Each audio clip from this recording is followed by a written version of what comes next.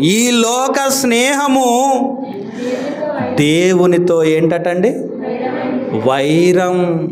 వైరం, శత్రుత్వం. లోకాన్ని ప్రేమించేవాడు, లోకంతో స్నేహం చేసేవాడు, లోకానుసారంగా బ్రతకాలనుకున్నవాడు దేవునికి ఏమైపోతాడంటే నాన్న?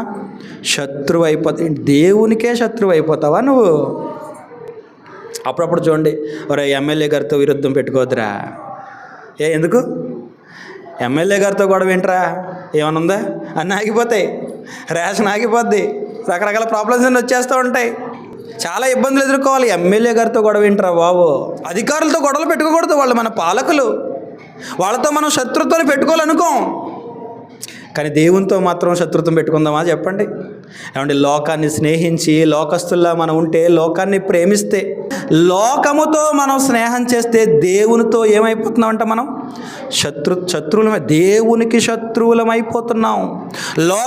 లోకాన్ని స్నేహిస్తే, లోకములో ఉన్నవి కావాలనుకుంటే, లోకాన్ని అనుభవించాలని నువ్వు అనుకుంటే, లోకంలో గొప్పోడిని అయిపోవాలని నువ్వు అనుకుంటే, లోకంలో సంపాదన అది ఎలాగైనా పర్లేదు సంపాదించాలని నువ్వు అనుకుంటే, లోక స్నేహము దేవునితో ఏంటట?